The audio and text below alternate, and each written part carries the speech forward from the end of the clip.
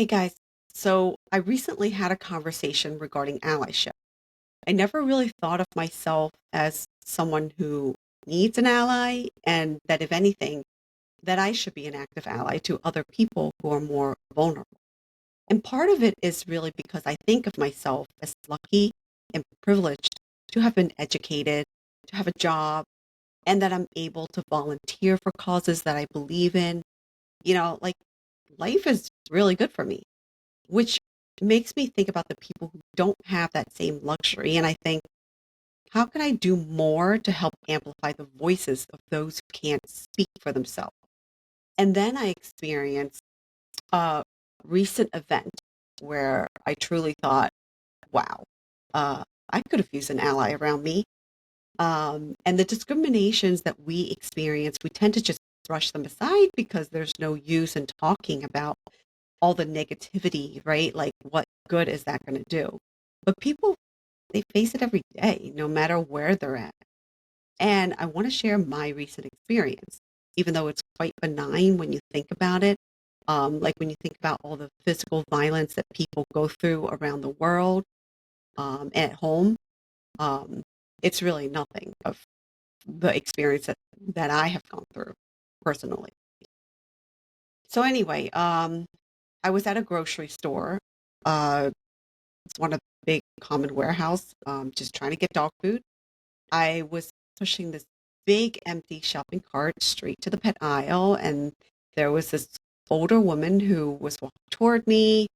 I mean, just like any normal person, pretty nice looking. I tried to move out of her way. She was moving too, and we were kind of doing this little dance until I just stopped, and then she pointed to the right shelf where the dog food were. Um, okay, so then I moved out of the way, and behind her was a man with a cart, and they were together.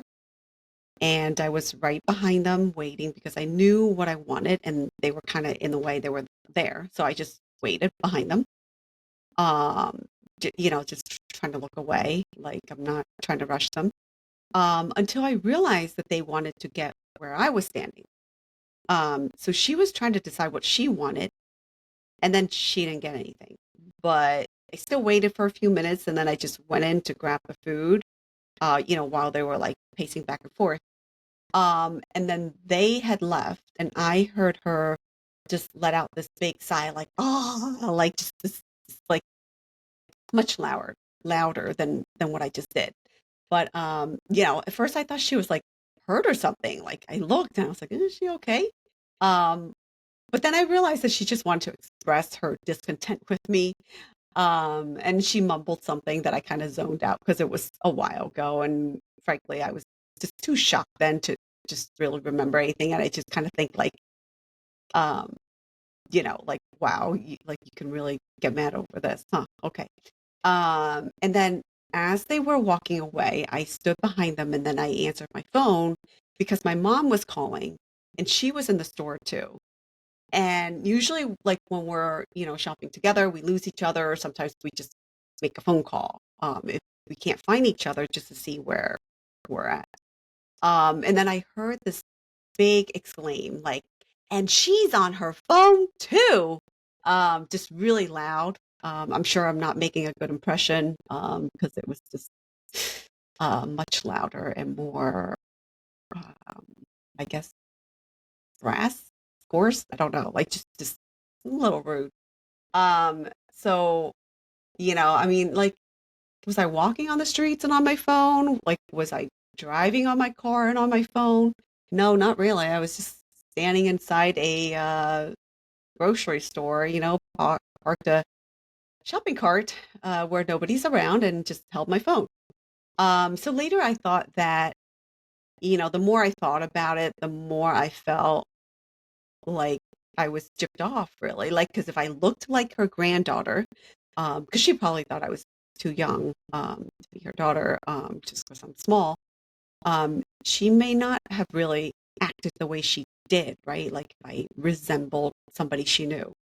I know it's easier to be disgruntled, and thinking that some people are not worthy of our respect.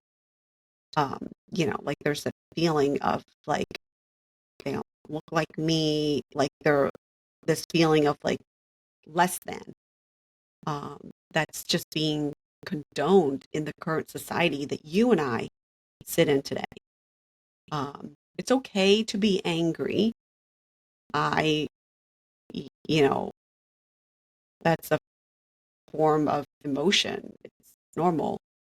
I was raised in my formative healthcare years to empathize when we see angry people. Like, for example, in a setting where you see patients or caregivers, you think they have a right to be angry, even if they're yelling at you. It's all right. Like, feel bad for them because they're going through something. So, so it's all right. Um, if I'm in the hospital and the nurses are angry, I think, oh, they're stressed out because of the patients. They're just overworked. Then I also empathize with them, right? Because I'm like, I'm in the same boat. It's all right. And sometimes like you get the nurses, they come down and they apologize. They realize shouldn't act that way, but in the heat of the moment, sometimes it's like it's natural. Like you can empathize with that. Um, but when somebody does like who doesn't look at me as a healthcare professional in like a clinical sense setting, right? Where I'm just an individual. I'm just like a person like they are. They don't know what I do. I don't know what they do. Um, I shouldn't have to empathize that it's okay to step over me because they feel like they have the right to. Um, so to all you allies out there, I guess what you can do is to call out injustice when you see it. Just speak up. You don't have to be an ally, right? You can be same color, same race, like same sex. It doesn't matter. You just speak up. It doesn't matter where it is or who it's against. Like even if it's against, like a Caucasian person, speak up. Like it doesn't matter, right? Um, this is how we foster like sense of community and protectiveness over each other. Um, okay, so speak up and then also, listen. Just listen to what the people you are allying with need from you. I think that's more important than anything is just try to see where the need is and help them there. Um, so I think the take home here is that people tend to forget that we are of just one human race, just one, not multiple. There's no alien, even though we do have that term. There's no true alien from Mars right now, right? Um, we're all humans, yet we tend to treat each other as less than so that we can benefit. Um, there's no competition here. We have birth, where we're all born, and then we all die. And the end game here, really, what is it? It's death. We can all live to about the same age, but it doesn't happen, right? Like, doesn't happen in the real world. I mean, what I don't get and never will get is why we tend to be okay with living longer at the expense of other people. We don't have to, but yet we feel like we need to do that. And that's really my motivation for helping other people, because I don't see the fairness that I get to live a better, longer life while other people are struggling to make ends meet. Um, I've been there, like my family's been there. I've been there when I started out working. I have had those days. It's not fun. Um, Yet there's discrimination.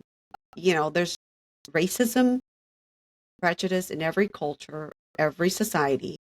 But the fact that we feel entitled to be so blunt in public just shows where we are as a society right now. And why do we feel entitled? It's because we see it all over the news, right? All around us. And let's just really back it up because um, perhaps I'm also guilty of being like getting fed things that I only want to see. And perhaps, maybe not. Maybe it is as crazy as it is because it is. I mean, only time will really tell if what's going on right now as outrageous and detrimental to us as a human race. I truly believe that if one of us is hurt, all is hurt. That's why I'm outraged by violations of rights that have been happening. I've been told to just not let the media feed only the information that I want to see, and that things are blown way out of proportion. Um, just, you know, tune out, um, do stuff that's healthy for myself, so that I can take care of my family. Um, but I mean, like really, I just don't know. Like how is that true when people are just plucked out of their homes, away from their families, gone, almost to an instantaneous effect? When it is all over, I should open my eyes and see that everything's all right. I'm okay. I'm safe. But what about the people who weren't safe? Do I just pretend that they don't exist? That violation of human rights toward them didn't exist? This really isn't even a matter of politics. It's just facts that's happening right in our own hometowns. Those who are like me, lucky enough to live in a bubble, where we live is somewhat, um, progressive, and people are still like, uh, being nice is the right thing to do. We don't really see it, but it doesn't mean that it doesn't exist, um, because it exists in the next town. We just don't hear it unless if we actually make the drive over there and see it for ourselves. So truth is, it does exist, and there is such a thing as feeding things you want to hear and to see. It's called the theory of motivated reasoning. So social platforms, they're designed smartly to consume our time. That's how they make their money. So they use psychological theories. They hire psychologists, right, to help take up more of our time. So I hope you tune out, not listen to my podcast too much, and go do something productive. All right. Thanks, everybody.